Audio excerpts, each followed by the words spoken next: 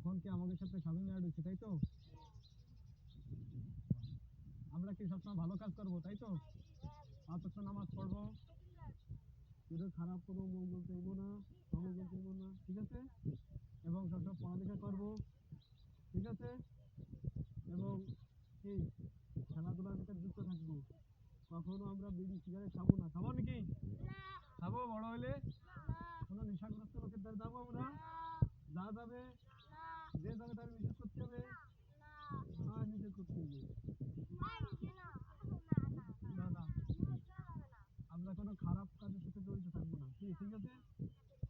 এবং আমরা বড়দের কি সম্মান করব, শ্রদ্ধা করব, ছোটদের কি স্নেহ করব, এবং আমাদের সমবয়সীদের কি বন্ধুসুলভ আচরণ করব, ঠিক আছে? ঠিক আছে তো? ঠিক আছে। হ্যাঁ শামীম, ঠিক আছে। কোনো খারাপ কাজে আমরা লিপ্ত হব না বা যুক্ত হব না, ঠিক আছে নাকি?